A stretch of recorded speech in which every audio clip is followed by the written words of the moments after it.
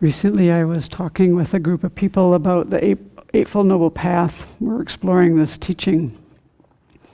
And when they explain the topic, they talk about in the Eightfold Noble Path that the first two are right view and right intention. And then there's all the rest, and that you actually practice them. You might learn them in one order or another, but you actually practice them all together, and they're like the strands of a rope, and they get very strong when you have all 8 factors together. But also in the Pali tradition and Sanskrit tradition, they talk about this as the threefold training of ethics, concentration, and wisdom. And in there, they talk about how they come in order. That first you practice ethics. You do them all together, but you need a foundation of ethics, or else you'll never be able to concentrate. And without a powerful, concentrated mind, you'll never be able to develop this really penetrative type of wisdom. And so then the question comes up in this text about, well, why is it that you have, is something out of order here? Because you have in the Noble Eightfold Path, the first two are right view and right intention, but actually you end up practicing them last, right? So do you see what I'm saying? They're first in order, but in terms of your actual practice, in a sense, they come at the end. Do you understand that? Okay. So then what we had a great discussion about that I want to spend a little time with here about what happens and the importance of right view. And basically, in the Eightfold Noble Path, you start with a certain preliminary level of right view and right intention, and that gives you like the framework. And so I would say in our way we talk about this, it's kind of like why we study and when we teach the Lam Rim, we first preface it all with the Buddhist worldview, so that people kind of know the ground of where they are at. And Bhikkhu Bodhi in this text talks about, think about if you wanted to go someplace. You're going to just get in your car and drive someplace.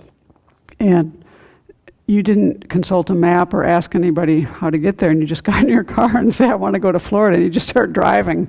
You're probably going to end up in the Yukon or something, right? This is what it would be like not to have the right view at the beginning, some level of Buddhist worldview or worldview in terms of what we are doing. So I was just thinking about how when I was a child and I was learning about meditation, I was a teenager, and just the notions that we had in the United States at that time about meditation. We want to learn meditation. I remember I was in college too and learning yoga and this and that, and we want to do meditation. But we had no Buddhist worldview. So we actually my understanding for years didn't have any real context and didn't really know what the purpose was or anything. And so I just recall how over the decades as I learned about things and then finally meeting the teachings more formally, having the Buddhist world view, it's not like you're now just getting in your car and you don't know where you're going to go or how you're going to get there. You have some kind of roadmap, a map really, and this is why the view is important on one level. But then there's this other thing that I think is much more subtle that Bhikkhu Bodhi talks about here that I thought was really of value to think about in your own mind and your own life experience. So this is the topic that's been discussed, and then he, about this, which comes first and why and all that, and how, to arrive at the desired place, one has to have some idea of the general direction that you're going, right? So he says this is analogous to the practicing of the path, and that it takes place in a framework of understanding that's established by the right view. Okay, hopefully I've tried to explain that. But here's the part that I find most interesting, and I'll read it first. I find it kind of dense, but what he's saying, I think, is very, I don't know, for a non-practitioner who believes in all the appearances, this is shattering. And it was so great in this discussion to meet people who were the first time able to see this and learning this, and we've gone through this ourselves. So the importance of right view can be gauged from the fact that our perspectives on the crucial issues of reality and value have a bearing that goes beyond mere theoretical convictions. They govern our attitudes, our actions, and our whole orientation to existence. Our views might not be clearly formulated in our mind. We might have only a hazy conceptual grasp of our beliefs. But whether formulated or not, expressed or maintained in silence, these views have far-reaching influence. They structure our perceptions, they order our values, crystallize into the ideational framework through which we interpret ourselves and the meaning of our being in the world. And this is really so powerful to start, to get a handle on. And so this was, this was not something I could just read out to a group of people and, okay, you get it? We had to really explore this we spent a half an hour just developing this topic and then discussing it and meditating on it. But here we do this oftentimes when we start a retreat, we'll do the meditation on mind as the source of happiness and pain. And so there's one level there where we see how our attitudes affect our experience. But this is even more far-reaching because it really points to, I think, if you think about, I was with a group of inmates, all ages, all kinds of situations, and there it's so palpable of what your worldview is. Think about when you were a teenager, how you were construing everything in the world and how much it affected your thoughts, affected your perceptions, your behaviors, your choices, everything like that. We had some great discussions about this, and it was just eye-opening for some of the people who were new to this and others who were learning about it. But I think this is something that every Buddhist practitioner sees, is that, our perceptions can't really be trusted, that our whole view, our whole framework ends up at times coloring our perspective.